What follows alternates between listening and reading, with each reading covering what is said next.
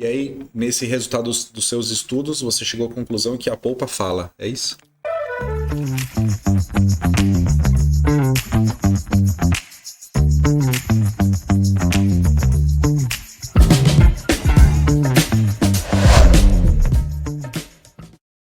Bem-vindo, bem-vindas ao Muito Além dos Dentes. Esse é o podcast que vai muito além da odontologia para trazer informações e conteúdos relevantes não só na área da saúde, mas também em relação a estilo de vida e explorar horizontes culturais.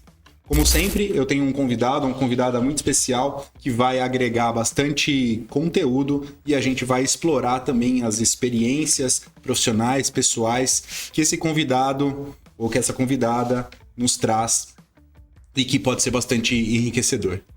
Hoje, especialmente, eu tenho um grande amigo, um grande colega aqui comigo que tem muitas experiências. Tenho certeza que vai ser um podcast riquíssimo em termos de conteúdo. Dr. Renato Mioto Palo, muito obrigado por estar aqui.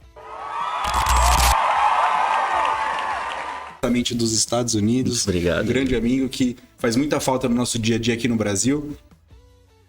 Um dentista que explorou diferentes universos da odontologia, clínica, pesquisa, ensino, indústria, tem uma experiência vasta em praticamente todos os setores da odontologia e que já vive há alguns anos nos Estados Unidos por conta dessa migração profissional para a área da indústria mesmo, e que tem muito assunto para trazer para nós. Muito bem-vindo, obrigado por estar aqui. Nosso podcast ele normalmente é dividido em 4 partes, então tem a odontologia em foco, explorar horizontes culturais, que a gente pode falar sobre suas viagens, sobre um livro, sobre um vinho, sobre algo interessante do seu ponto de vista pessoal que trouxe questões profissionais importantes para você. Alguma informação para o público não dentista, algo que seja interessante a gente explorar para esse público que está nos ouvindo. E terminar com uma saideira, com uma pergunta mais polêmica, uma pergunta mais nebulosa, algo que está no dia a dia, alguma notícia recente, algo nessa linha. Então essa vai ser a nossa conversa de hoje. E eu não poderia deixar de perguntar para você algo que eu acho que você já deve ter parado para refletir algumas vezes, como que um endodontista de formação pura na endodontia de repente está envolvido nos maiores congressos, nas aulas relacionadas à odontologia estética, em um tema puramente de professores de dentística, ou quase sempre, né, que é clareamento dental. Como que foi isso? Como que surgiu? Da onde surgiu isso? Se foi alguma coisa aleatória, sem querer, ou se foi uma coisa planejada? Acho que isso é uma questão interessante ou importante para todos nós, porque eu até já sei a resposta, mas porque ela vai trazer subsídio para outras questões que a gente vai conversar aqui hoje também.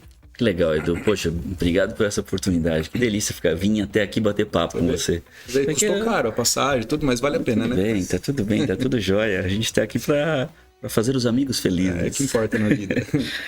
Cara, eu não esperava que eu tivesse essa trajetória, para te falar a verdade. A minha formação é endodontia, como você mesmo disse, porque eu fui inspirado pelo meu tio. Né? O irmão da minha mãe, ele é dentista, endodontista. E eu lembro eu pequenininho, com 7 anos de idade, eu queria me vestir de branco e segurar o sugador para ele. Né? É uma memória que eu tenho muito afetiva. E eu via ele trabalhando e falava, eu quero fazer isso. Né? E aí eu segui esse caminho, fiz odontologia. Eu nunca tive dúvida que eu queria fazer odontologia. E eu nunca tive dúvida que eu queria fazer endodontia. Então, e normalmente a endodontia as pessoas odeiam, né? Sim. Né? Você vê na faculdade, ou ama-se ou odeia-se. É verdade. Hoje eu pergunto, quem ama endo na plateia? Todo mundo levanta a mão. Ou melhor, quem odeia endo? Todo mundo levanta a mão. Quem ama, aí ninguém levanta a mão, né? Então eu foquei toda a minha formação para ser um bom endodontista, né? Para conseguir entender o tratamento de canal, que era uma coisa onde os próprios dentistas não se sentiam confortáveis. Porque quando a gente lida com dor das pessoas, a gente tem uma atenção adicional. Sem dúvida. Porque você está lidando com aquele desconforto. E a gente sabe também que existe popularmente uma ideia de que canal dói muito. Canal dói, canal é caro, canal demora, deixa o dente fraco. Né? Eu vou até fazer um gancho aqui antes de responder sua pergunta. Eu tô falando, nós vamos bater muito papo.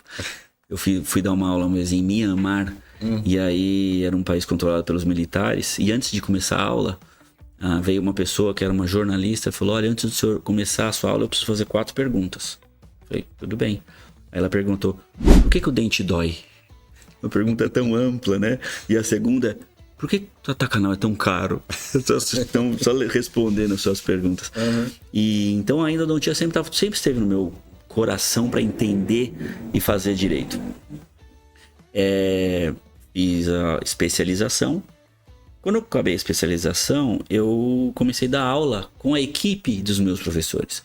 Acho que eu era comunicativo, eu me relacionava bem com os alunos, então eu seria uma peça ali importante para os professores para fazer acho que a conexão entre os professores e os alunos, organizar essa é uma característica muito sua, né? De ser um agregador, né? Assim, desde sempre, então. Eu falo que eu gosto de gente, né? E naquele momento surgiu a oportunidade de fazer mestrado. E quando eu fui fazer mestrado, eu entrei no mestrado, o mestrado não era na endodontia. O mestrado era na odontologia restauradora. Porque naquele momento, o programa de mestrado na Unesp, em São José dos Campos, onde eu fiz o mestrado, a endodontia e a odontologia restauradora estavam no mesmo departamento. Né? Então eu tive que me inscrever na odontologia restauradora. Só que eles falaram assim, você vai ser orientado pela professora de endodontia, então você vai focar o seu trabalho na endodontia. E eu percebi naquele momento que as áreas não conversam. Né? A odontologia restauradora ficava focada em desenvolver métodos para responder às próprias dúvidas, e a endodontia desenvolver métodos para responder às próprias dúvidas. E como eu fazia créditos nas duas áreas, eu via que tinha muita dúvida, porque muitas coisas que é interessante para um não é interessante para o outro. Um exemplo, qual o melhor adesivo dentinário? Ele é um adesivo, o melhor é o que cola mais, né? Por ser uma cola. Sim. Mas e se o adesivo que cola mais é mais tóxico pro dente? E aí, ele fica melhor ou pior? Então você vê que para um que está focado na união, na adesão, quer mais adesão. Sim. O que está preocupado com um dente que não seja impactado ou estimulado por nada, não está preocupado com a adesão. E vive a dúvida, fica-se a dúvida do que é melhor. E a minha professora naquele momento falou assim, você vai estudar clareamento. Falei, clareamento? Poxa, eu vim aqui estudar endodontia. Aí ela falou, eu não quero usar clareamento. Queria estudar endodontia. Naquela época a gente respeitava o professor, né? A gente fazia o que ele falava, né? E aí ela falou assim pra mim, você não acha que clareamento é um tema de endodontia? Falei pra ela, naquele momento eu pensei e falei, não, eu acho que é um tema de estética. E ela naquele momento falou assim, você tem muito que aprender. E ela fez uma pergunta muito interessante. Ela falou assim, quais são os receios que quem faz um clareamento num paciente tem? Qual o receio que o dentista tem? Qual o receio que o paciente tem?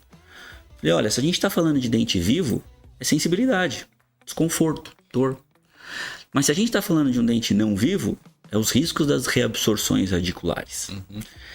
E naquele momento ela falou, então, tanto a sensibilidade como as reabsorções são estudadas pela endo. Aí eu falei, entendi. Te convenceu. Porque o objetivo não era estudar o resultado final, era estudar o processo. Aí eu me interessei. Então a minha vida foi entrando na odontologia mais restauradora pelo tema, não pelo assunto. E eu comecei a estudar. Comecei a estudar isso em 2002. Naquele momento, havia um boom muito grande das luzes, de se ativar clareador. Era o início dessa discussão. E naquele momento houve uma contradição, um conflito de ideias entre o que a gente estudava e o que a dentística promovia. E nos nossos resultados a gente começou a ver que não era interessante usar a luz, de novo, para o nosso entendimento. Então, 2002, 2003, o início de tudo ali. E a gente via assim que se você quisesse um resultado imediato, de mais branco, a luz promovia. Mas o impacto a longo prazo não era o ideal. E a gente começou a desenvolver métodos para entender isso. Tanto que a minha maior alegria foi aprender bioquímica. para poder entender essa relação de peróxido com os tecidos vivos. E eu tive uma professora de bioquímica na faculdade, que ela me ajudou demais. E eu acho que eu era legal, bonzinho, eu ajudava a limpar o laboratório. Então ela deixava eu usar bem o laboratório. Então eu ficava muito com ela. Teve acesso a metodologia. A entender isso daí, porque não tinha método naquela época desenhado para quantificar o peróxido que passava pelo dente. E a gente começou a adaptar, tanto que a gente publicou isso lá atrás. Só que ela faleceu no meio do mestrado. H1N1. Caramba. É super raro, uma pessoa jovem, que até hoje eu não entendi por quê. Então eu fiquei órfão, tive que estudar bioquímica, tive que continuar a fazer todo o processo. E quando você começa a dominar um pouco o assunto, você começa a gostar do assunto. Sem dúvida. E naquele momento eu comecei a ser chamado para dar aula de endo. E eu acabava sempre tentando explicar essa minha linha de trabalho, porque estava fresco na minha cabeça. Era normal você ser chamado para esse assunto que você está estudando no momento. Só que começou a dar conflito, porque a indústria da luz era intensa. E eu era convidado para congressos e recebia meio que ameaça. O que o senhor vai falar? Acho melhor o senhor não falar isso. Eu falava, poxa, então vocês têm que me desconvidar. Porque não faz sentido eu promover uma coisa que não está alinhado com o próprio resultado que eu vou mostrar, né? Só que naquele momento eu achava que eu deveria continuar explicando o que a gente estava tendo de resultado. E tinha outros professores, como o falecido Heraldo Riel, que estudava muito isso. E eu comecei a ganhar força, tipo de confiança pessoal para poder divulgar esses resultados. E aí um dia teve um evento nos Estados Unidos onde eu fui convidado e o Garófalo também foi. E a gente se encontrou no aeroporto. E sentado no banco, na sala de embarque para ir para os Estados Unidos, a gente começou a conversar. E eu comecei a falar o que eu achava, tudo. E foi bacana, uma conversa leve. Do palco aqui. E quando a gente chegou lá, eu apresentaria uma aula de 1h30. E eu apresentei um pouco dos resultados que a gente tinha. Quando acabou, o Garófalo chegou pra mim e falou, cara, você dá aula pros meus alunos? Eu falei, ele falou, mas eu quero que você fale tudo. Quanto tempo você precisa? Eu falei, me dá umas 8 horas. Aí, depois você pergunta pra ele. Aí eu falei, eu vou sim. Ele foi tão combinado. E aí a gente voltou para o Brasil, tá? Ele me convidou e foi a primeira vez que eu dei aula no curso de especialização de dentística. E o mais legal foi que ele convidou um cara, na época, que era um dos speakers que defendia a luz, e que era uma pessoa muito boa. Muito, muito inteligente, tinha muito domínio da informação. Eu tava inseguro, porque eu sabia o que eu tava falando. Mas eu sabia que era conflitante aos resultados e às informações que esse determinado professor tinha. E o Garófalo convidou ele, botou ele na primeira cadeira. Falei, poxa, vai ser um desafio. Obrigado. E aí eu dei a minha aula. E quando acabou, ele veio falar comigo e falou, cara, faz sentido. Porque eu não falei que não funciona. E na verdade funciona. Porque a discussão lá atrás era que funciona ou não funciona. Quem não achava que justificava usar, falava, mas isso aqui não funciona. O próprio gel do clareador, ele já é o responsável pela ação clareadora. E quem mostrava e entendia da física da luz, sabe que a luz sim é capaz de aumentar a reatividade do peróxido. O problema todo é, se você já tem um peróxido que libera o oxigênio numa taxa X, que é o ideal para entrar no dente, se combinar com os pigmentos e quebrá-los, se você mudar essa velocidade de ação, você muda a performance de tudo. E aumenta o risco de toxicidade, né? Exato. Então respondendo a tua pergunta, o conflito entre a endodontia e a restauradora começou aí. Isso aí começou a abrir. Eu comecei a receber diversos convites para poder falar sobre esse assunto.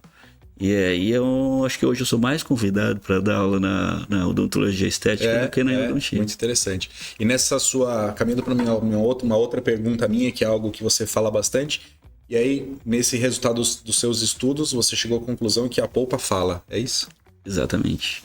A gente chegou à conclusão que o paciente tem quantos dentes? Né? 32 se ele tiver todos. Então são 32 dentes que nasceram em dias diferentes, que viveram estímulos diferentes, que envelheceram de forma diferente. E naturalmente eles respondem diferentes. Então é importante a gente entender que um paciente tem que ser tratado como 32 pacientes. Por isso que é importante individualizar. E essa individualização é escutar como aquele dente se encontra em específico, para poder entender o parâmetro e o padrão daquele paciente, e aí sim definir um tratamento. Então, quando a gente fala polpa fala, é mais para entender a condição que os dentes se encontram antes de estimulá-los. Sim. E não estimulá-los e depois correr atrás para entender o que aconteceu. Que é uma das grandes decepções do dentista, né? Dele não conseguir fazer com que o paciente complete o ciclo de clareamento, de clareação do dente, por conta de uma sensibilidade ou de uma resposta muito aguda da polpa que não permita, certo? Então, compreender ou avaliar esse paciente ou esses dentes, esses muitos pacientes dentro do paciente, passa a ser fundamental, certo? Exatamente. Então, o grande ponto que a gente vê é que os géis, eles mudam. Né? Da mesma forma que existiu um amadurecimento do entendimento do assunto, também existiu um amadurecimento do fabricante para colocar no mercado coisas melhores. É natural. Isso é uma coisa interessante para nós. Entrando numa parte bem mais técnica essa odontologia, explica para nós basicamente as diferenças entre os géis. A gente pode falar mais do que tem atualmente no mercado para não entrar numa história que, né, demoraria 8 horas pra gente conversar, mas existem diferentes géis no mercado, né? Talvez com diferentes objetivos e com diferentes eficiências. Exato. E como que o dentista precisa saber, em linhas gerais, para indicar um ou não indicar o outro? O que é importante saber? Legal. Voltando um pouquinho na história, não de 8 horas, mas só para poder responder melhor sua pergunta, o clareamento ele vem de uma necessidade de subir em status social. Né? Então, se a gente olhar lá atrás, os primeiros relatos são no Egito Antigo, onde a população que tinha dentes mais claros eram colocadas em níveis superiores da sociedade. E foi aí que, anos depois, os romanos, na Roma Antiga, começaram a clarear os próprios dentes, para poder chegar em níveis superiores da sociedade, não só porque ele tinha ou não tinha o dente claro ou escuro. E tem relato que os romanos usavam a própria urina. É mesmo? Porque tem ureia, né? Tem liberação de radical de oxigênio. Então imagina, dá uma bochechada de manhã, outra tarde. Tem que ser o seu, não pode ir emprestado, né? E a comunidade científica começa a testar diferentes produtos em 1860, mais ou menos. E diversos produtos foram usados. Até a água de Labarraque. Sabe o que é água de Labarraque? É água sanitária. Numa... Com cloreto de sódio. Sim. Então diferentes matérias foram testadas. O peróxido de hidrogênio que a gente conhece como hoje, ele foi primeiramente incorporado numa técnica clareadora em 1911. E em 1911 dizia o seguinte: você tinha que usar uma gaze embebida em água oxigenada, solução, colocar em contato com a superfície do dente e o paciente tinha que ficar 1h30 olhando para o sol. Essa era a técnica proposta. E por que olhando para o sol? Porque essa luz ou calor, ele catalisaria essa reação. Foi aí que em 24, Prince publica uma técnica chamada termocatalítica, que ele simplesmente fala: por que eu tenho que ficar esperando o sol? Vamos acelerar esse processo. Então foi a técnica que usa a mesma gaze, embebida em solução de água oxigenada, que é peróxido de hidrogênio, coloca na superfície, esquenta uma espátula aí. Esse era um estímulo de liberação desses radicais. Mas os resultados não foram harmônicos e não se entendia os efeitos colaterais. Então aí essa ativação começou a mudar. Então ele saiu da espátula quente para a luz infravermelha, que ela gera calor, até chegar na luz do consultório azul, que é uma luz que na década de 90, todos os consultórios começaram a ter do fotopolimerizador, que era uma lâmpada halógena. E foi nesse momento que se entendeu que se a luz é azul, eu preciso fazer um gel vermelho. Porque o vermelho, ele absorve o comprimento de onda do azul, gerando uma reação exotérmica. Então os géis começaram a ser vermelhos. Porque se entendia que precisava. Quando que é isso? 1900? A gente estamos na década de 90, isso. Né? Então, só que os resultados não eram harmônicos. Ninguém entendia. Então, porque até mais ou menos 2008, você não acha na literatura nenhum estudo que realmente entendeu o comportamento do oxigênio. Você só acha trabalho mostrando se fica mais ou menos branco, com mais ou menos dor, numa escala analógica. Então, ali em 2008 começou a mudar isso daí. Só que tudo era mudando a ativação. Ninguém entendia mudar o clareador. Foi aí que no início da década de 90, mais ou menos nesse momento, veio um gel de clareador. E isso ocorreu como origem a própria Ultradent, onde a filha do dono, né, que hoje ela é a chefe clínica, minha chefe, ela tinha 13 anos e falou: pai, meu dente é amarelo. Queria deixar meu dente branco. Ele falou: vou ver o que eu posso fazer. E aí a ideia dele era fazer um clareador viscoso. Porque ele entendia que a viscosidade controlaria essa liberação do oxigênio. Muito mais fácil a gente tirar uma pessoa de uma piscina cheia d'água do que cheia de gel. Né? O hidróxido de cálcio, se a gente misturar na água, vai liberar o hidroxila mais rápido do que se misturar num veículo mais gel, viscoso. Então, o clareador é igual. É liberação de radical oxidativo, hidroxila, depende do pH, pode ser hidroxila. E aí, quando ele falou pra ela: dorme com isso, e quando acordar não faz nada, vem ver o pai. E quando ele tirou o dente dela, tava mais claro. A história começa aí. Uau, legal. Né? Só que foi em 89, 90, que Van Haywood, né, junto com Bruce Mattis, os dois nomes para entendimento do clareamento, popularizou o entendimento do clareamento de moldeira, né, que o pessoal usa e põe para dormir. Né? Só que o entendimento desses gels foram mudando, porque também não se entendia que você podia regular essa liberação. Né? Na época era assim: o que é mais concentrado funciona mais do que é menos concentrado. Hoje isso não é uma verdade, porque você pode ter gel menos concentrado, mas que libera oxigênio mais rápido, ou mais concentrado que libera mais devagar.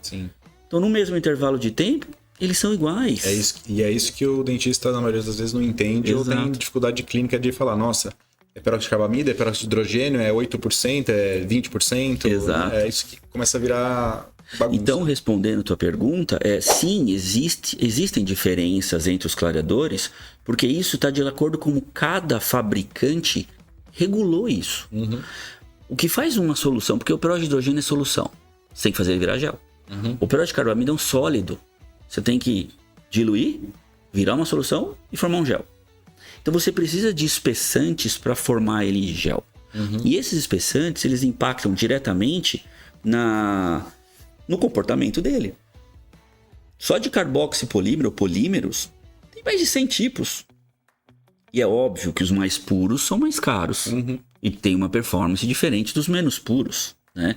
Então, de acordo com o tipo que cada fabricante usou, ou desviando de patentes ou de custos, você tem performances diferentes. Né? Então, o entendimento que o 10 é melhor que o 15 é muito de acordo com a necessidade do seu paciente. Porque o paciente, você precisa escolher pelo perfil de uso. E da estratégia que você vai usar. Né? Exato. Se você vai precisar de 10 dias para ter o resultado, se o paciente usar à noite, ele vai precisar de 10 dias com carbamida 10%. Se você usar um 20, você não vai demorar 5 dias para ter o resultado. Você vai demorar os mesmos 10 dias, só que em vez de dormir, você vai usar ele 2 horas por dia. Então, na verdade, as concentrações é de acordo com o tipo de perfil de uso. Sobre o hidrogênio e carbamida, também existe um entendimento equivocado que um é bom ou é ruim. Que um é perigoso, um é bonzinho. Na verdade, não é. Porque a gente sabe que os peróxidos de carbamida mais concentrados, eles têm hidrogênio misturado. Não tem como você ter um carbamida muito concentrado. Né? E o inverso é verdadeiro, porque se você tiver só hidrogênio, ele não é palatável. Então existe misturas. E a gente fica querendo brigar que um é mais que o outro. Sim. Sim, o hidrogênio é mais reativo que a carbamida, só que se você regular o espessante e o pH, ele não necessariamente é mais reativo. Então a gente precisa parar de achar que escolher a fórmula como a fórmula boazinha ou a fórmula vilã. Vocês têm que escolher a performance que o fabricante coloca. E sim, as marcas são diferentes, porque elas regulam de forma diferente. Então, pra gente resumir essa parte técnica, qual é o passo?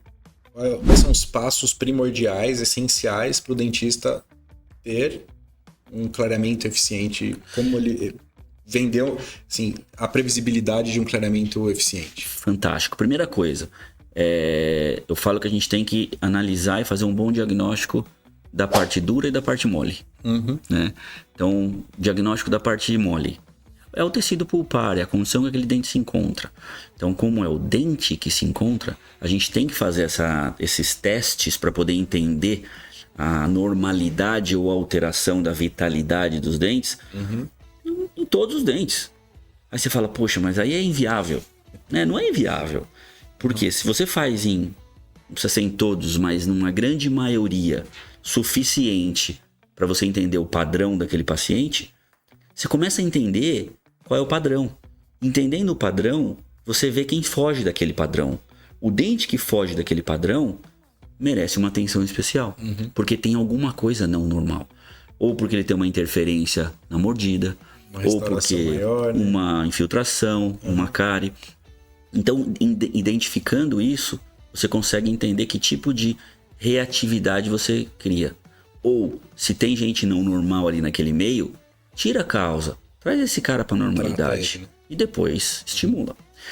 O diagnóstico do tecido duro, né, é entender que o clareador ele funciona em área orgânica.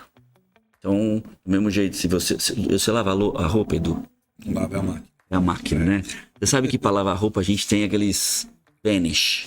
Sim. Você sabe que toda vez que a minha mulher pede para comprar Vanish no mercado, nunca tem, cara. Falo, não tinha. É muito caro, né, Vanish? Já percebeu? É muito caro. É um potinho caro. Muito caro. O que é o Vanish? Ele é um pó, chama Vanish Poder O2, que você coloca na água quente, você cria uma reação de oxidação para tirar mancha. Só que esse Vanish ele é muito efetivo em mancha orgânica. Sangue, alimento, comida, terra, né? Sujeira orgânica. Mas você pegar uma mancha de ferrugem, você vai ver que ele não é efetivo. Né? Então, o dente é a mesma coisa. O dente mais orgânico, ele reage melhor, ele clareia mais fácil. O dente menos orgânico, menos. Por isso que o jovem clareia mais fácil que o idoso. Né? Com o passar dos tempos, a gente vai ficando. Mas eu tô dizendo isso porque a gente pode ter no mesmo dente, ou numa mesma boca, diferentes dentes. Diferentes idades de dentes. Diferentes idades de dente, de acordo com restaurações e estímulos. Então é bom a gente fazer um bom diagnóstico para a gente poder entregar para o paciente o que ele mais quer. Previsibilidade. Com certeza. Para a gente poder falar, olha, vai ficar bom. Esse aqui provavelmente vai ter um desafio porque ele tem áreas diferentes, mineralizações. Agora você tem polimerizadores com lentes de transiluminação que você consegue transiluminar e ver as diferentes estruturas internamente. Tem trincas, tem, né? Exato. Isso é até importante, até para quem não é dentista e tá aqui escutando a gente, porque quem trabalha na clínica todo dia certamente recebem mensagens dos pacientes para a recepção da clínica dizendo: não, eu quero fazer clareamento, qual o valor? Qual o valor do clareamento? E assim, nesse raciocínio, a gente não consegue, certo? Porque para cada paciente é uma estratégia diferente e talvez vai necessitar de atenções específicas, procedimentos específicos para que ele tenha o clareamento da forma eficiente. Então não é mais uma vez, a gente não tá vendo o clareamento, por mais que pareça um produto, a gente não está vendendo um produto. E essa é difícil, às vezes, pro não profissional, né, pro paciente, compreender esse aspecto. Não, ainda mais que nos Estados Unidos ele é regulado como cosmética. A regulação americana entende como cosmético que permite vender no supermercado. E um dos desconfortos para mim é falar, como é que um país tão regulado vende clareador sem controle? E eu lembro que eu tive a oportunidade de perguntar pro vice-presidente da ADA, da American Dental Association. Falei, cara, como é que vocês permitem isso? E a resposta dele naquele momento foi, porque o consumidor, ele não vai conseguir entender o resultado e ele vai procurar o dentista dele. Olha a visão Primeiro dele. Você espera ele estragar, ter problema. A dúvida para depois. E eu, quando mudei para os Estados Unidos, eu imaginei que o público americano não tinha essa percepção que o clareamento supervisionado era diferente do clareamento que ele comprava na farmácia. E existe. Eu vejo que assim, eles sabem que tem a opção do mercado, mas que se eles quiserem um resultado bom mesmo, ele tem que ir no dentista. Olha só que interessante. Interessante. Não sei se o brasileiro teria. Tem um pouco de dúvida, mas é bem interessante, porque mesmo não sendo legal, a gente observa muitos pacientes ou pessoas que a gente sabe que compram o gel sem por vias escusas ou sem ter o acesso ao produto. E o mais interessante do seu comentário é que esses produtos que estão sendo vendidos na internet são vendidos por dentistas. Então... Porque só o dentista pode comprar do fabricante, pelo menos se ele segue a lei no Brasil. Sim, curioso, né? Caminhando um pouquinho, queria conversar um pouco sobre a sua carreira, né? Acho que teve vários momentos de transição, né? Do pesquisador pro professor, pro dentista clínico, pro profissional que trabalha na indústria, que talvez esteja com tudo isso associado, né? Porque eu entendo que o seu trabalho hoje lá na Ultradent caminha um pouco de tudo, né? Tem o ensino, tem a pesquisa, tem a clínica, porque você tem que validar. E tem o trabalho num universo diferente do que o dentista tá acostumado. Isso foi algo programado também ao longo da sua carreira? Ou, como você falou, não, eu gostava de endodontia, queria estudar endodontia, queria ter uma vida clínica de endodontista? Ou isso nunca foi suficiente para você? Porque eu vejo por mim, assim... Eu sempre entendi, eu gosto muito de ser clínico, dentista, clínico e tudo, mas é pouco provável que eu me satisfazesse, fizesse ao longo da minha carreira e até hoje, se eu ficasse só no consultório. Então eu preciso de ter essas chances de praticar um pouco de pesquisa, praticar um pouco de ensino. Acho que isso está dentro de mim, intrínseco, desde lá da minha graduação. Como foi isso? E aí, caminhando, que você pode caminhar no momento em que você realmente conquistou um status de palestrar no mundo todo, se isso já tem muito a ver com a indústria por trás, querendo que você, como um grande palestrante, mostrasse o potencial do clareamento para o mundo todo. Como que foi isso? Assim?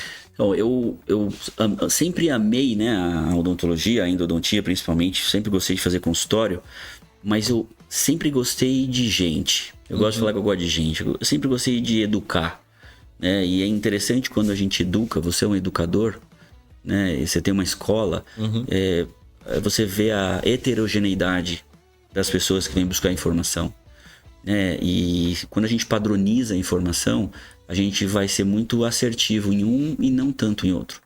Então essa adaptabilidade de você conseguir entregar a informação para a necessidade da pessoa sempre me encantou. Então, quando eu comecei, a primeira aula que eu dei, na verdade eu era o assistente do meu professor, ajudava só nas condições clínicas ali, e como a gente é novo, a gente quer agradar, né? A gente quer que a pessoa goste da gente. Então eu dava toda a atenção. E os alunos começavam a me chamar mais. Carregavam o carrossel de slide. Muito. Até um fato interessante, um professor naquela época ele tinha 16 cursos de especialização. Tô falando em 1999. Uau. E aí ele falou, ele me pegou como pupilo, né? Eu era o pupilo. E aí os cursos eram Maranhão, Piauí, Campo Grande. Vou comprar um avião, você vai pilotar. Essa eu nunca contei. Eu falei assim, eu não sei pilotar. Não, eu vou pagar o brevet pra você vai tirar avião. Você pilota? Eu vou comprar um Cessna 1975, eu lembro direitinho. Falei, tá bom. E aí a sorte que ele desistiu, senão acho que eu ia estar enterrado em alguma floresta hoje. Então, eu sempre gostei de educar. E como eu comecei a dar aula, eu via que sempre no curso que eu ajudava, os professores faltavam. eu desmarcava. E eu via o desconforto deles pra tentar, né, ocupar aquela história, trazer outra informação. E eu fui montando meu material da forma que eu gostaria de ter aprendido, de uma forma mais didática, né? Porque eu sempre achei que aquele professor que fala difícil, ele acha que se ele falar difícil, as pessoas vão falar, nossa, como ele sabe muito. Só que eu penso o contrário. Eu também. O cara que fala fácil pra pessoa falar, puta, agora eu entendi. Claro. Né? E essa era a minha ideia. Quebra uma barreira gigantesca, né? Exato. E essa era a minha ideia. Então eu montava o meu materialzinho e deixava quietinho. Um determinado momento, um professor desmarcou. Aí eu falei, eu tenho essa aula marcada, montada. Quer que eu dê? Você tem aula? Então, tá bom. Porque ele não tinha opção. Tipo, tava ali, eu sou o reserva preparado. Né? Exato. Então ele falou, tá bom. Mas não é porque ele falou, tá bom, você tá preparado. Opção, né? É porque ele não tinha opção. E eu fiz o meu melhor. Naquele momento. E os alunos gostaram. Quando os alunos gostaram, eu virei o reserva necessário. Então eu comecei a dar aula aí. E eu comecei a me encantar dando aula. Quando eu tava na especialização, eu dividi casa com um paraguaio. Dr. Carlos Messa. E ele me ensinou espanhol. E aí ele me forçava tudo. E aí um dia ele falou, poxa, eu vou ajudar na organização do Congresso de Endo do Paraguai. Você não quer ir lá apresentar um caso clínico? Eu falei, eu vou. Fiquei praticando espanhol, praticando com a Paula. Naquele momento, a gente namorava. E aí o meu pai comprou uma passagem com milhas que ele tinha. E eu fui dar minha primeira aula em espanhol, cara. Na metade do caminho, na metade da aula, os alunos falaram, pode falar português, professor. Tá pior do que eu. A gente não tá entendendo. Não tô entendendo nada. E aí eu comecei... Naquele dia, um peruano que tava ali assistiu falou, poxa, que legal, você não vem dar uma aula no Peru? E aí a coisa começou a andar. Pra lá, pra cá, pra cá, pra cá. E eu comecei a pegar gosto de ensinar e as pessoas falar, entendi. Pra mim, quando o cara vinha depois da aula, falava, cara, entendi. Caiu a ficha. É aí que eu gostava. Aquilo pra mim valia mais do que um cheque. Só que isso evoluiu para alguns tipos de convites entre amigos. Em 2004, eu tava no Peru dando uma aula. Porque eu fui convidado por causa que eu trabalhava no Congresso Brasileiro aqui, no CIOSP. E a PCD, que era a organizadora do Congresso, eu trabalhava na organização, precisava mandar alguém representando a PCD para esse evento. Tá. E eu já tinha um espanhol melhorzinho. E ele falou, vai você. E eu fui apresentar representando a Associação Brasileira. E quem me assistiu em 2004 foi o Dan Fischer, o dono da Ultradente. E aí eu tava falando sobre endo, sistema de preparo de canal, mas só que ao contrário. Porque eu não acreditava, não gostava do jeito, que forma a empresa recomendava aquele sistema. Eu gostava do sistema, mas eu usava da forma inversa. E aí ele veio no final da aula e falou... Eu queria entender melhor o que você tem na cabeça.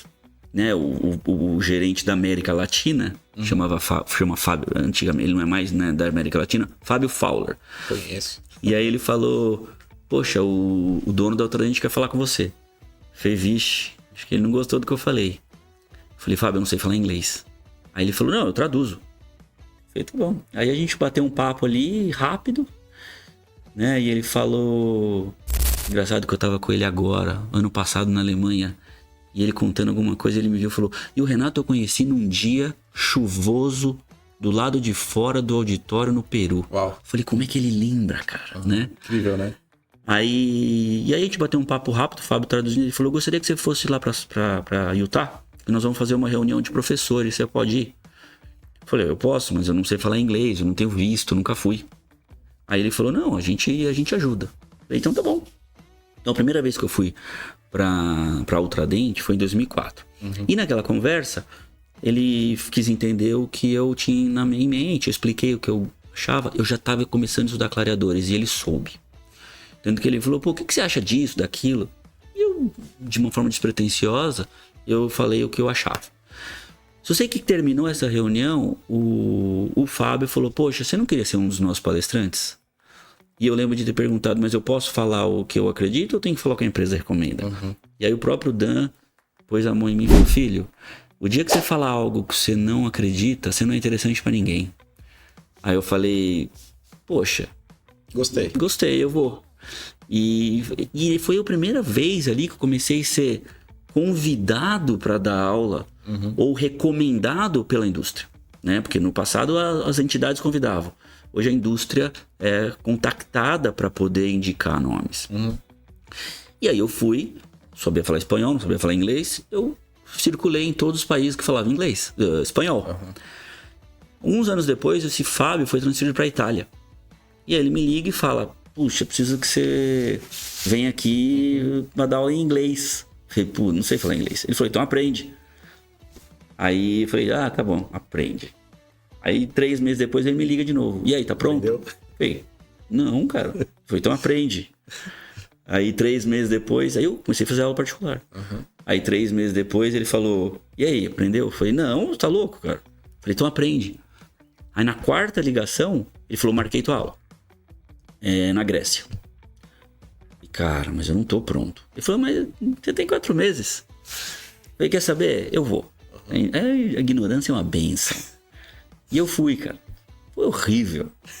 É a pior aula que eu dei na vida. Tava nervoso Me empipocou. Por vários motivos. Né? Me empipocou um monte de coisa vermelha na pele. Tive que tomar antialérgico. Eu tava com medo, cagaço. Conhece? Aí, beleza. Só que aí quando eu dei aula, eu percebi que se eu me comunicasse bem com o tradutor, ele corrigia meu erro pra língua local. Então eu falava: nós fomos. Ele vai lá e fala: nós vamos. O cara que tá ouvindo fala: ah, tá entendendo o que eu tô falando. E aí eu falei: cara, quer saber? Se vocês quiserem marcar que eu dê aula em inglês em país que não fala inglês, eu vou. Mas que fala inglês eu não vou, não. Aí, tá bom. E aí eu fui pra um monte de lugar que não fala inglês, né? Porque também existe aquele preconceito, né? Uma empresa americana, o americano não se sente confortável em vários lugares do mundo. E eu, cara, eu falava: eu não tenho problema, eu vou, né? Então eu fui pra vários lugares que não falavam inglês. E aí me chamaram pra dar uma aula na Jamaica. Falei: pô, Jamaica é inglês, né? Mas a Jamaica é pequenininho, né? Então eu pensei: não deve ter tanto impacto se eu fizer um feio. E eu aceitei e fui. Quando eu cheguei no auditório, percebi que eram só americanos e canadenses. Porque eles vêm para os eventos em áreas de resorts. E ali foi um choque, porque eu tive que falar em inglês, no meu inglês. Melhor possível, sem tradução, para quem tem a língua nativa de inglês. Que é diferente. E eu lembro de ficar o tempo inteiro pedindo desculpa pelo meu inglês. E aí, quando eu terminei, uma professora que era de Maryland naquela época falou: primeira coisa, gostei muito do que você falou. Segunda coisa, para de pedir desculpa pelo inglês, que é chato. Aí eu falei: poxa, é verdade. Então isso fez com que eu tivesse a oportunidade de rodar tantos países, né? Aprendendo diferentes culturas. E a gente percebe que o jeito que a gente vive, Edu, é só o jeito que a gente vive. Não é o jeito que se vive. Sim. Tem muitos diferentes jeitos de se viver que não tem certo e errado, né? Então a gente precisa aprender que às vezes a gente se choca ou quer contestar como as pessoas agem, mas às vezes é como elas foram criadas e educadas, né? Sim, sem dúvida. Essa questão do inglês é muito interessante, porque a gente se cobra muito, né? De querer um inglês muito bom, um inglês acima da média. Eu tive a sorte de estudar inglês desde criança, assim, eu tive uma formação considero boa de inglês, mas nunca foi inglês sem sotaque, né?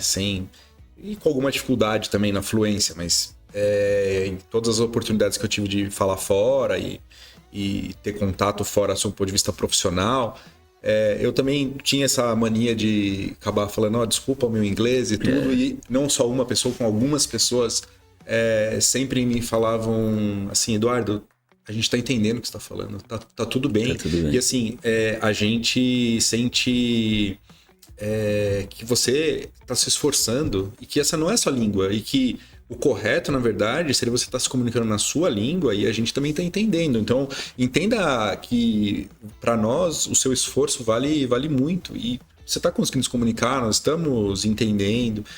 Então, ao longo do tempo eu fui me desinibindo também. Então, hoje eu consigo ter conversas, mesmo sabendo que o meu inglês não está perfeito e talvez algumas palavras não sejam aquelas que eu gostaria de colocar ali naquele momento. Mas que funciona, né? E que dá certo, a gente se comunica e as coisas... Não, total. Hoje eu moro lá e eu vejo o quão ruim eu falo. Né? E aí você viajou o mundo inteiro, aí uma hora a Paulinha falou assim, agora chega, agora não quero mais, ou foi uma coisa de você? Assim? Não, eu fui... Porque assim, essa história de palestrar, a gente tem que... Né, a gente pula de galho em galho. Então, tinha consultório, fazia consultório, equilibrava com a universidade, eu sempre gostei de educar. Equilibrava com os cursos de pós-graduação, né? E equilibrava com os convites de palestra. Um atrapalhava o outro, né? Nunca um ajuda o outro. E naquela hora você tem que, naquele momento, em cada momento, na verdade, a gente tem que priorizar quem é que a gente quer machucar menos. Sim. Então, às vezes o consultório tá muito machucado, os pacientes reclamando porque a gente não tá... Você é endodontista. Imagina, você fala assim, olha, você tá com dor? Espera aí 2 semanas que eu volto. Não tem isso. Né? Então, eu já estava naquele momento onde as palestras estavam com muita frequência. Né? Então, eu estava fazendo 15 viagens internacionais por ano. Eu já tinha viajado 66 países. Era intenso. E aí, minha filha mais nova tinha 1 aninho. Para mim, foi um divisor de águas. E eu estava em casa, com ela no colo, tocou o telefone da minha casa. E ela falou, papai. Na cabeça dela, o papai é o telefone, cara. Não era quem tava carregando ela. É pesado, né? Aí eu falei, tá tudo errado, cara. Preciso mudar. Eu preciso ver essas meninas crescer. Por mais que aquilo fomentava a minha família, né? Aquilo era a minha fonte de recebimento para poder dar a vida para minha família. Eu tava pagando um preço para aquilo. E eu tava pagando um preço, tava sobrecarregando a minha mulher. Sim. Porque ela é periodontista, um profissional, o consultório dela era super ativo, né? E eu tava machucando o meu sistema, eu acho, mesmo trazendo recurso. Então eu comecei a pensar, falei, como é que eu vou tirar o pé se aquilo representava uma importante fatia da minha vida? E aí eu tava em 2017, eu tava numa reunião da Alemanha, né, no IDS, o presidente da Ultradente veio falar comigo, precisava de 5 minutos com você. Falei, tá bom. Aí ele falou assim, quer morar nos Estados Unidos? Aí eu falei, como assim? Não, queria saber se você gostaria de morar nos Estados Unidos. Se você moraria nos Estados Unidos. Falei, pra fazer o quê? Ele falou, primeiro eu queria saber se você iria. Aí eu falei, cara, não sei. Ele falou, faz assim, ó, pergunta pra Paula.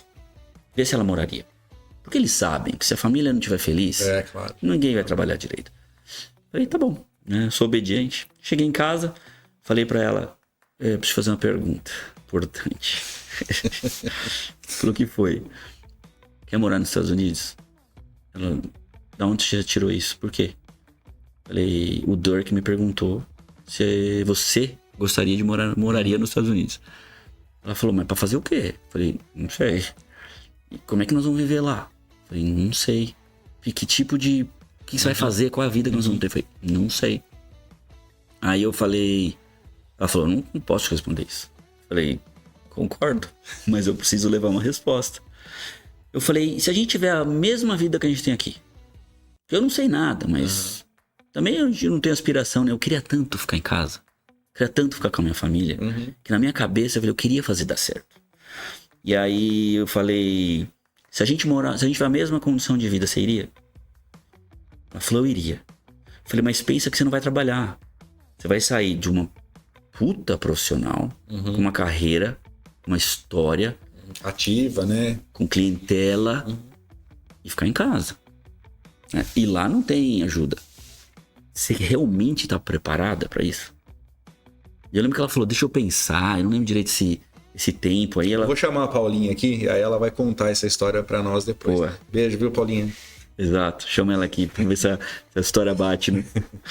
E aí ela falou, eu vou, porque ela tava no momento que ela falou, eu não sei qual roupa das meninas está apertada.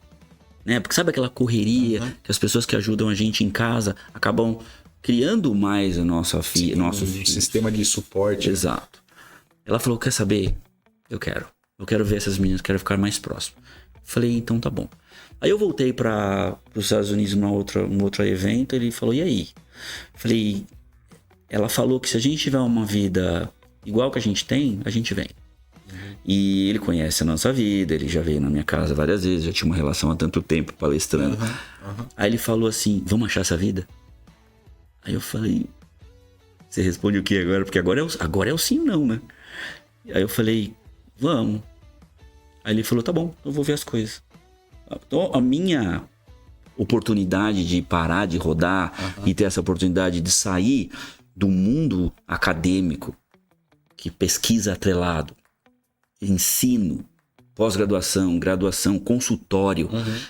Eu tive a oportunidade de mudar drasticamente para viver dentro do departamento clínico da indústria, que eu ia poder usar tudo que eu vivi para poder ajudar no desenvolvimento, né, e na validação e no posicionamento de novos produtos. Mas é uma coisa que eu nunca fiz. Sim. Eu tive que aprender também. Então, o que fez essa mudança não foi nada que eu falei, acho que eu quero parar. Foi acontecendo. Acho que são coisas que vão se juntando, né? Assim, os filhos, você querer ficar mais perto deles, essa questão de também, por conta disso, não quero mais viajar tanto, quero ter uma vida mais próxima. Acho que o momento dá certo também da idade dos filhos, né? Porque não é num momento que é... Não tem muito vínculo aqui, né, cara? Acho que foi tudo... E agora já tem 5 anos, é isso? Já tô lá 4,5. Janeiro faz 5. E o que esse monte de viagem... Você tem alguma experiência marcante, assim, ó, em tal lugar eu aprendi tal coisa, ou eu observei tal pessoa, ou isso ou aquilo que foi algo que, assim, marcou, te posiciona, assim... Pode ser um lugar, mas pode ser uma pessoa, alguém que se observou, um professor que se observou num lugar que você não imaginar. Tem alguma coisa assim que... Nossa, isso me transformou como pessoa, assim. Sim, eu acho que é uma soma de informações pra gente definir como a gente vê o mundo e como a gente age, né, no mundo. Algumas situações ocorreram, por exemplo, a forma de dar aula. Então eu aprendi, eu gosto de dizer... Eu gosto de me posicionar tendo o mesmo problema da plateia, vamos imaginar assim. Poxa, eu tenho esse problema e eu sei que eles também têm. Vocês concordam que a gente tem esse problema? A gente também tem esse problema. Olha como eu resolvo esse problema.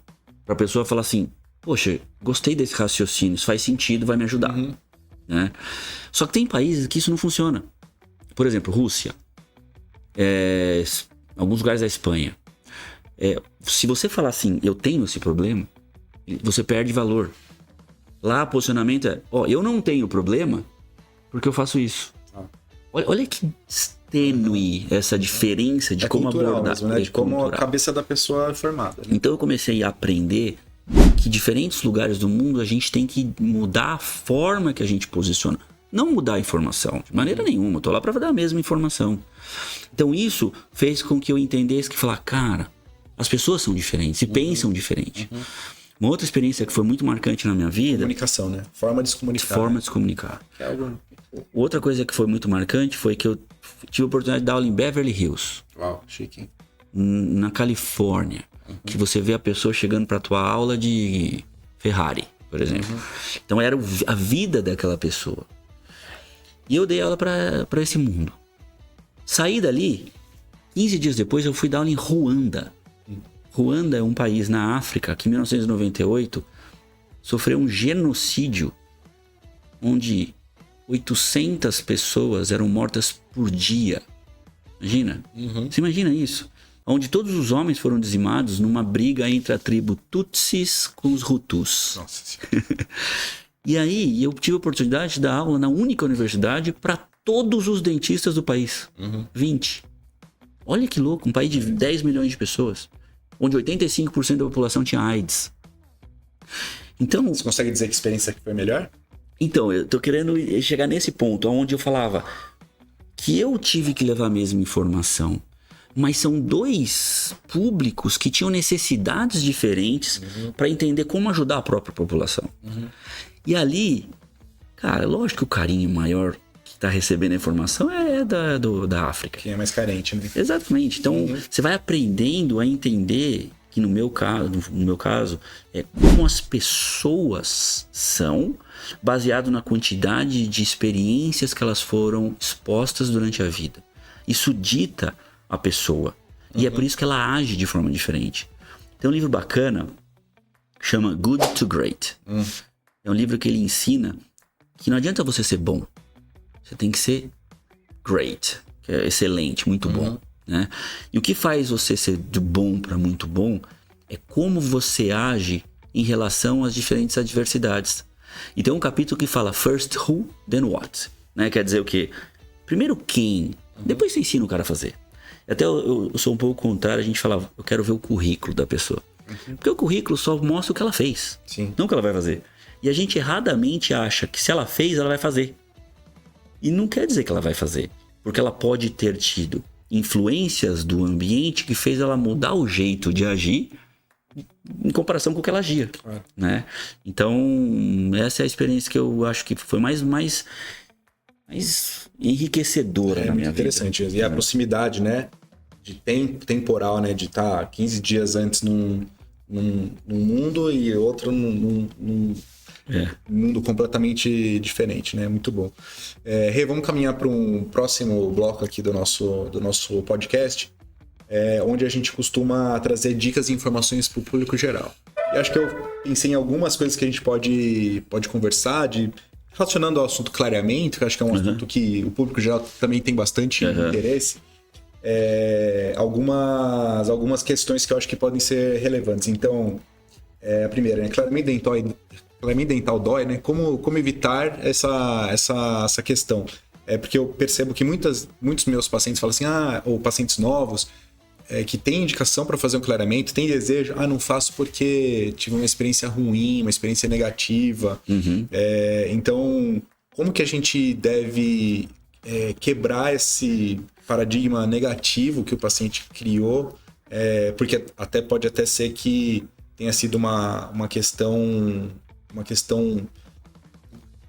pontual, numa situação específica dele que não foi levado em considerações alguns fatores, né? Então, eu sempre tento quebrar algumas objeções dele dessa questão do clareamento dental doer ou não, se tem como ele evitar ou não. Outra questão que a gente pode conversar também é em relação à alimentação, né?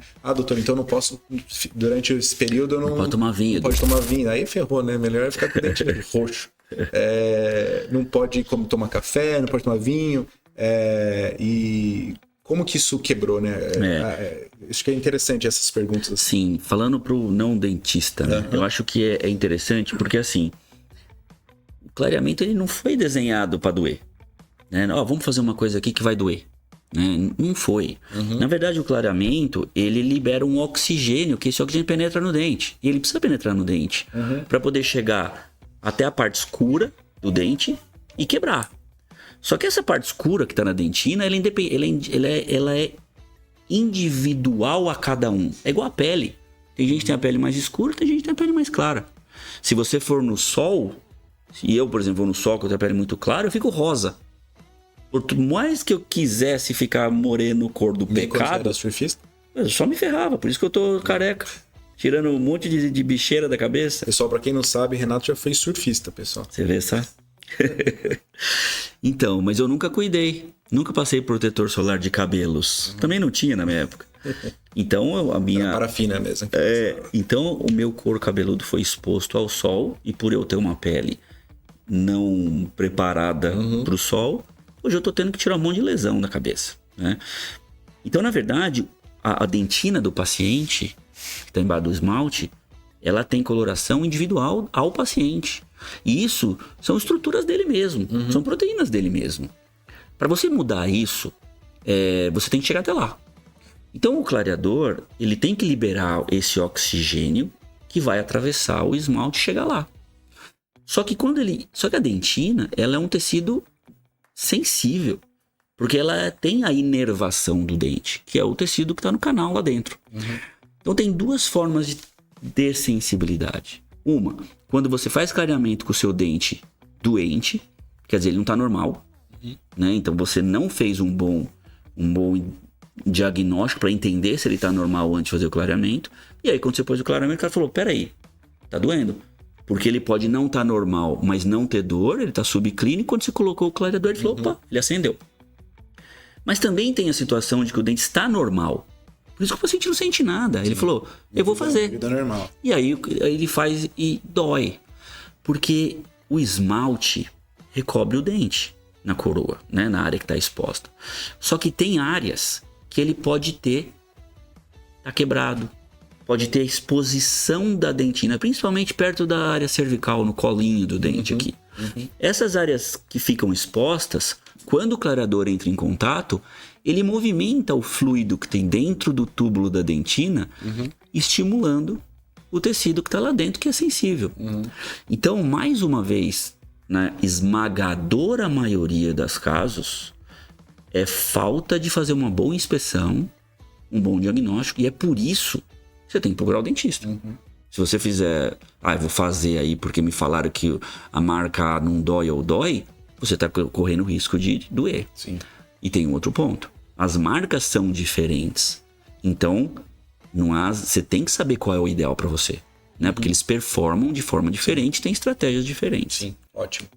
E a questão da dieta, como que isso foi justificado que não tem interferência? Sabe me dizer assim? Não, a partir de agora não precisa mais parar de tomar o café. Porque isso era uma conversa comum, né? Porque existia na época, assim, no começo, os métodos para poder entender se funciona ou não funciona, eles escureciam o dente laboratorialmente. E usava-se café, chá, usava-se todos os alimentos que contenham bastante pigmentos. Então, como se usava para poder pigmentar in vitro ali, amostras, antes de fazer o experimento, se subentendia que os dentes naturais, eles também estavam submetidos àquele escurecimento. Só que depois se entendeu que o tamanho da molécula dos pigmentos, eles é muito maior do que o poro entre os prismas do esmalte. Então é lógico, quando você toma muito vinho... Você toma vinho, Edu? Eu tomo. Então, imagina que você... Uma certa frequência. Se você toma muito vinho à noite, num jantar, numa festa, você vai chegar em casa, seu dente vai estar arroxeado. Sim. Mas depois que você escovou o dente, você tirou aquilo. Sim. Por quê? Porque esses pigmentos, eles estão superficiais. Eles não entram dentro do seu dente. A única coisa que realmente altera o tom é fumar. Não porque vem voando o pigmento pela fumaça. Porque o fumar é um ato de estímulo diário do que o dente não está acostumado. Quando você estimula todo dia, cronicamente, aquele tecido, você estimula um envelhecimento precoce. E o envelhecimento precoce deixa a dentina menos orgânica e mais escurecida. Então, a única coisa que realmente escurece é o fumar. O resto não interfere. É lógico que um paciente que tem hábitos de tomar café o dia inteiro, todo dia, por uma vida, ele pode ter pigmentos agregados, mas nunca esse pigmento penetra profundamente. Então, quando houve esse entendimento de falar, não toma, não interfere, foi um choque. Sim. A dieta branca não é necessária. O que não se aconselha é você tomar o café durante o que você está usando a moldeira. Porque aí ele fica dentro, vira um reservatório ali dentro, né? Que atrapalha até a ação clareadora. Claro. Daí você me lembrou de um outro ponto que eu acho que é interessante a gente conversar com os pacientes, por que não se deve fazer clareamento durante o uso de Invisalign, por exemplo? Que é uma questão muito comum, já que é uma plaquinha personalizada também, por que não fazer o procedimento de clareamento durante o uso da movimentação ortodôntica, né? Acho que isso é interessante de ser comentado. Vou até te dar um spoiler, então. Você tá certo. Sempre existiu o entendimento de que durante a movimentação ortodôntica, a gente está gerando um processo inflamatório, a gente sabe, né? Porque para mexer um dente, você pressiona ele. Quando você pressiona ele, você tem reabsorção desse lado e deposição de osso desse lado. Então, essa situação que faz o dente se mexer é um processo inflamatório. Sim. O processo inflamatório gera mediadores do dor. Por isso, quando a gente coloca a primeira plaquinha, ela incomoda até estabilizar. Quando a gente põe o bracket, quando a gente ativa, incomoda até estabilizar. O que a gente percebe hoje é que durante esse momento da ativação, não é indicado. No momento da estabilidade, não tem problema. A inflamação aguda foi? Não tem problema nenhum. Tanto que a Invisalign vai lançar agora um clareador da Invisalign, que é o Palesense. A gente validou ele. Então ele deve ser colocado nessa moldeira e ele vai ocupar o espaço onde o dente tem que ir, né? Por mais que ele não cubra o dente inteiro, e se sabe hoje que o radical ele é multidirecional, você não precisa cobrir toda a superfície, então hoje existe já uma tendência para usar com os alinhadores, clareador com os alinhadores. Mas é muito importante comentar o que você falou, tem que educar esse usuário para não aplicar durante os momentos da ativação, senão vai aumentar o risco do desconforto. Sim. Excelente, muito bom. Caminhando agora para nossa última etapa, a gente tem um bloco chamado saideira, né? Tá. E a saideira ela tem que ser sempre boa, certo? Saideira tem que ser uma boa saideira, é a última. Eu trago duas perguntas para você que acho que podem ser interessantes. A primeira, o paciente foi lá no dentista, o dentista, não, vamos fazer um clareamento de consultório, chega lá e coloca a luz para clarear. O que você, paciente, deve falar para esse dentista? Não precisa de luz, não, escutei lá no podcast, o Renatinho falou que não precisa de luz. Bom, sobre as luzes, o que eu posso dizer hoje é, com os clareadores que existem no mercado hoje, não justifica pôr a luz. Porque você está mudando o funcionamento de como o gel foi feito. Então, a chance de você ter, como se acelera, a luz acelera essa reação, a chance de você ter as quebras das moléculas escuras serem menos completas existe, porque precisa de um certo tempo para essa molécula do oxigênio encontrar a molécula escura e transformá-la na molécula clara. Certo. Se você acelera, a Paula tá aqui, se você acelera esse processo, você cria moléculas incompletas. Então existe uma tendência de todo clareador que é ativado por luz não ser duradouro. Isso é entendido. E outra coisa, como você aumenta essa reatividade, e eu já te expliquei, a gente já conversou que ele tem uma tendência a ser absorvido pela área orgânica, ele vai ser mais rapidamente absorvido ou penetrado pelo tecido pulpar.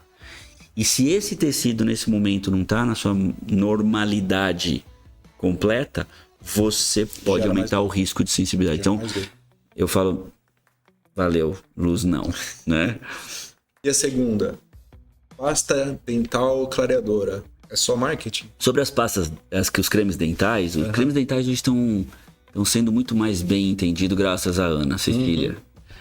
Que ela conseguiu desvendar uma necessidade, né, para entender creme dental. Coisa que a pessoa usa todo dia, não tem ninguém que entende disso. Sim. Então a Ana está fazendo um trabalho incrível para poder educar sobre cremes dentais.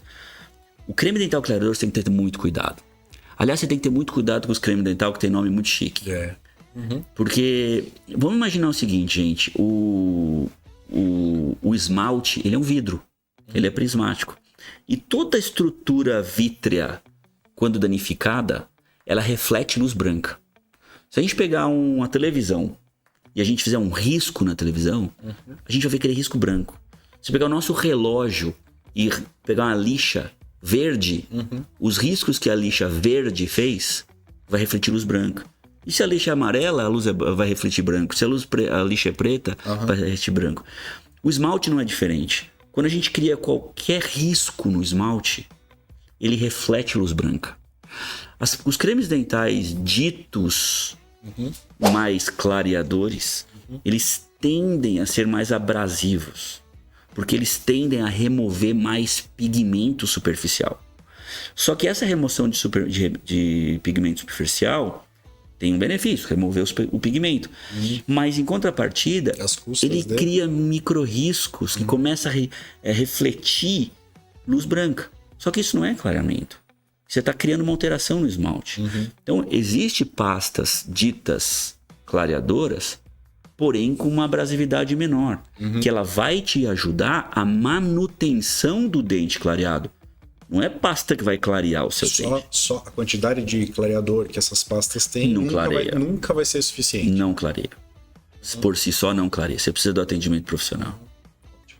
Pessoal, o papo foi tão bom que eu nem falei para vocês que se vocês estiverem gostando desse assunto, dessa nossa conversa, para não deixar de compartilhar aqui com os seus amigos, nas suas redes sociais, nos seus grupos de conversas, para que o maior número de pessoas possíveis possa receber as informações do nosso conteúdo e ser impactado com elas.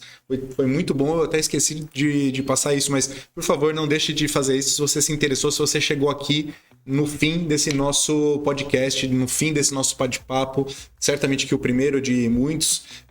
Vamos combinar um dia que Paulinha vai estar aqui, Cissa vai estar aqui, a gente vai abrir um vinho e fazer um Hora da Verdade aqui, só com perguntas fáceis de serem respondidas, que eu acho que vai ser muito bom. Obrigado, Rê, mais uma vez por estar aqui, pela oportunidade.